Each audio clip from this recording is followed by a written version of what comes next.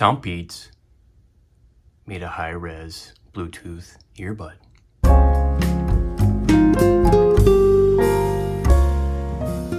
Hey, welcome back to the thrift shop. Today we're going to talk about Soundpeats Engine 4 high-res Bluetooth headphones. So Soundpeats sent these out for review. I've never worked with them in the past. They did not tell me to say anything otherwise. All thoughts and opinions are mine. So let's get started. So here they are. Did not even clean them. Wanted you to see what they look like with this finish here. It is a smoky, silvery, metallic looking case, rather small. I will put up the Nothing Ears 2 here so you can kind of get a comparison. Yeah, really nice size. Fits well in your pocket. You get your charging and your pairing Bluetooth button here. And here they are. Hopefully you can see that right there. Nice.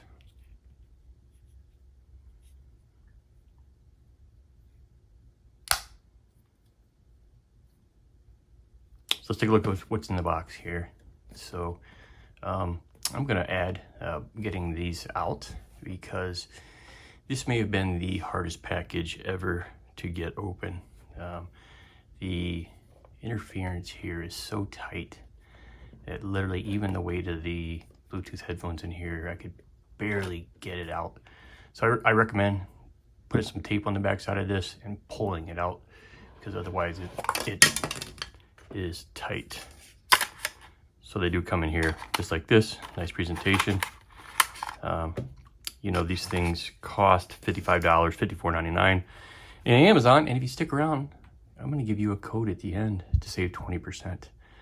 20% for July only, and 10%, I think, in general overall. So stick around. We'll talk about the amazing deal. This is the thrift shop review. And yeah, we try to give you good deals, good audiophile quality sound at a good value. And this is one of those. And that's why you're getting a video. So it's in the box.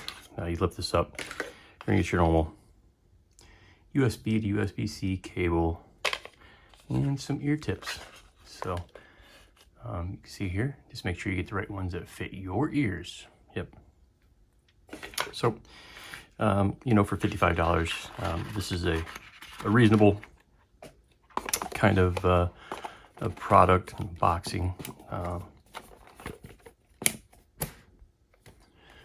So yeah, you take a look there.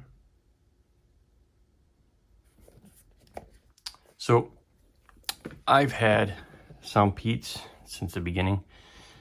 You know, the early days, it didn't matter if it was Soundpeats or any of the other competitors out there. I really didn't enjoy them that much. They were pretty muddy, a lot of bass. I think a lot of consumers, you're either a normal consumer of electronics.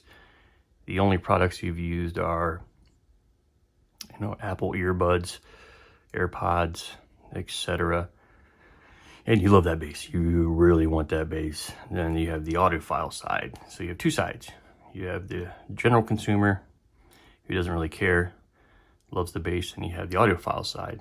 The audiophile side wants to bring down the slope of the bass so that there's a lot of information in the bass, sub-bass area that gives you tones, textures they don't get with a V-type curve.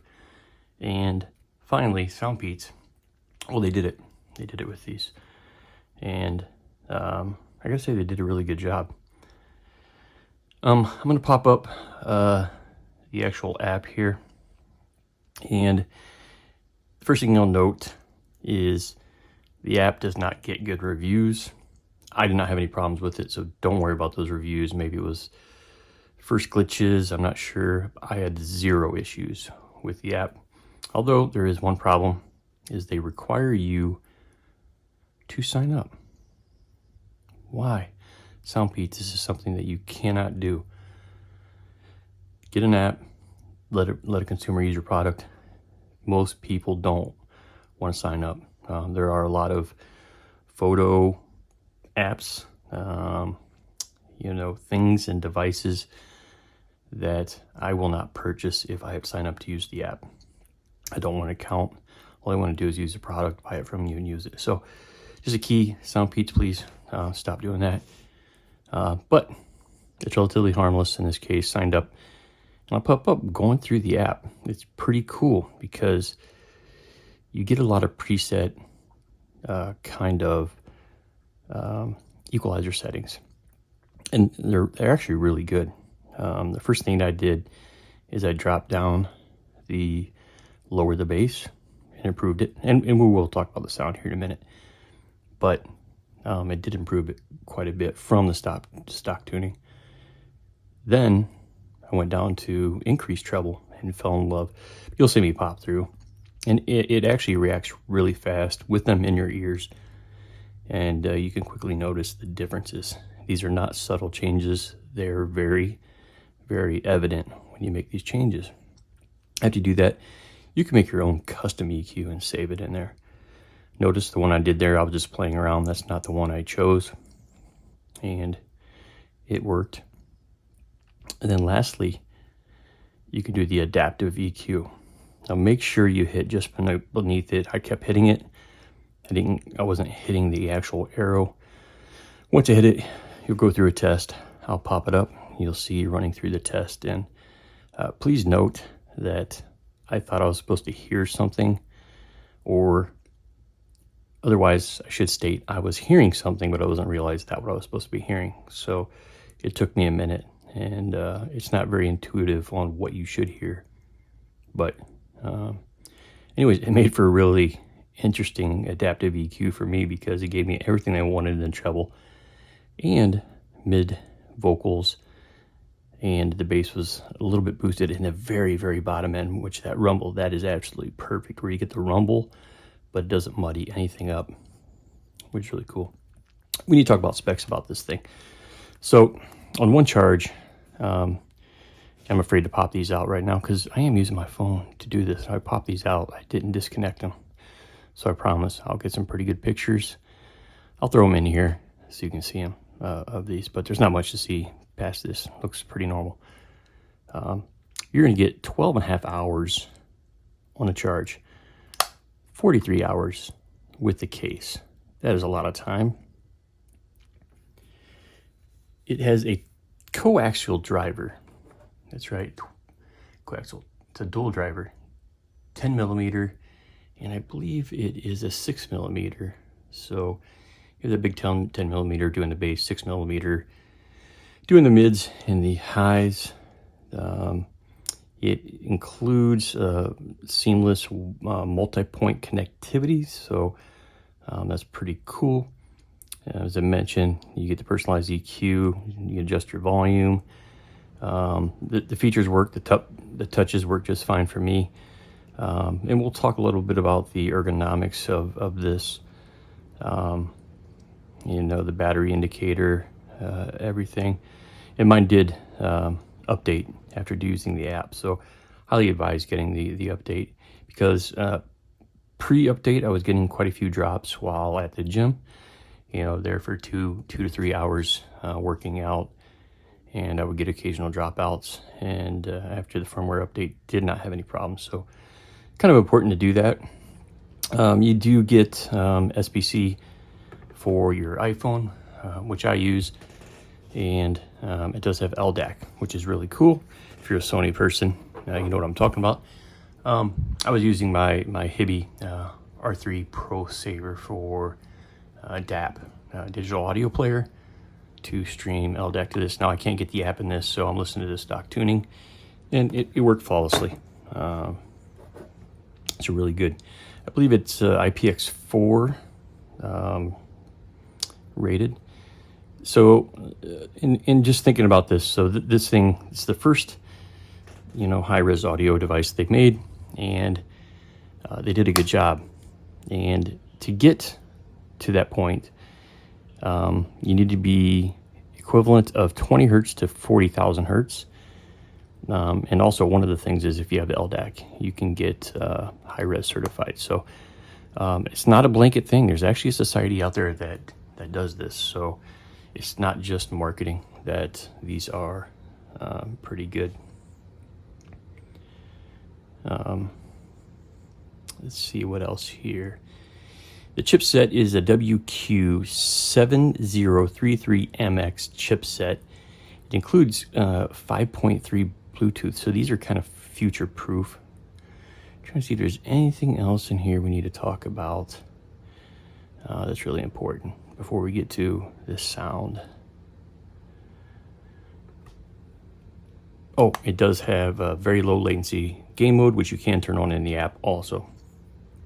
All right, how do these things sound? Keep in mind, the Nothing 2s. I have the AirPod Pros. I don't have the version 2, so here they're fine. We have the Nothing Ears 2 that actually has a really good app with it also, and this is kind of my benchmark. So when I do the comparison, somebody would talk about these, which I believe these are $150, and you're talking $55, right? So amazing value to look at these. The stock tuning on these is very warm, if again you have the general consumer who's going to want a lot more bass, and then you have the audiophile side that says it has too much bass. These are somewhere right in the middle, and they are fine. The stock tuning, if you don't get the app, they're absolutely fine, but I highly recommend getting the app because it turns these into incredible detail monsters, and it's all up to you. So listening to all my tracks, and I've been listening to Jelly Roll lately. I don't know, what about you? Go try some Jelly Roll, play them on these, and tell me what you think. Try the stock tuning, and then go on and just try Jelly Roll with increased treble, and you're going to be amazed. You can hear all the guitar plucks and his voice and the raspiness in his voice, and it is amazing.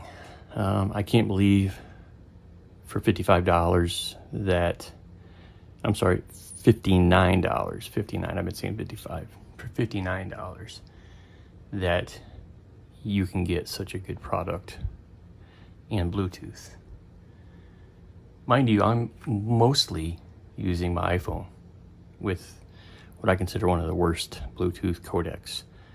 So how these sound is absolutely amazing, and what they did, and I'm really impressed. So go get them. You cannot, for this price, pass these up. The downsides, let's talk about some of the downsides. Forget the packaging issue, let's put that aside. Ergonomics, they have this design here. If you see, it's tapered. I mean, it's quite nice looking, metallic looking, it's nice, but if you have any sweat on your hands, you can literally not get these out. These ridges don't do anything.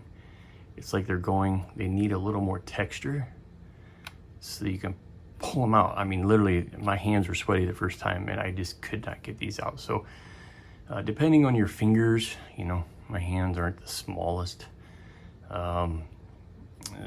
It's hard to get these out.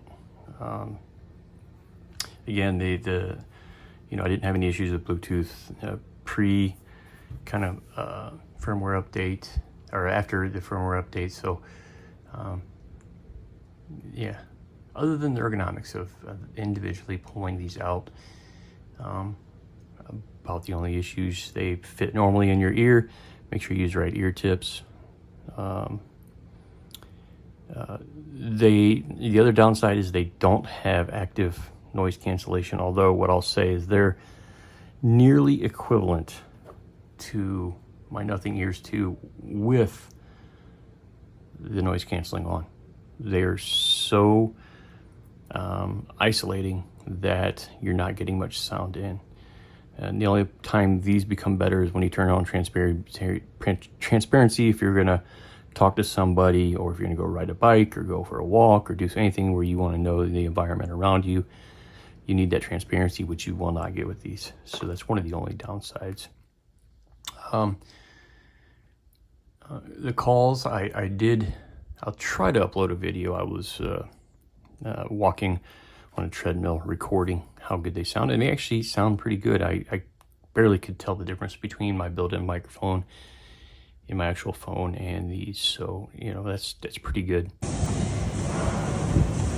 walking at the gym, this is how the microphone sounds. So there you have it for call quality. So Soundpeats, you did it, appreciate it. And hey, stop back please stop back, I'm sorry about that, to the thrift shop. Please like and subscribe, it helps the channel out. Small guys like us, you know, cost you nothing to watch these videos. We put this stuff together for you. We hope we can bring you value when you watch our channel. So please like, subscribe, it helps every one of us out there. And again, go check out the link down below. You're going to get either 10% or 20% off these. If there's anything else, I will pop it up on the screen right now. Peace out.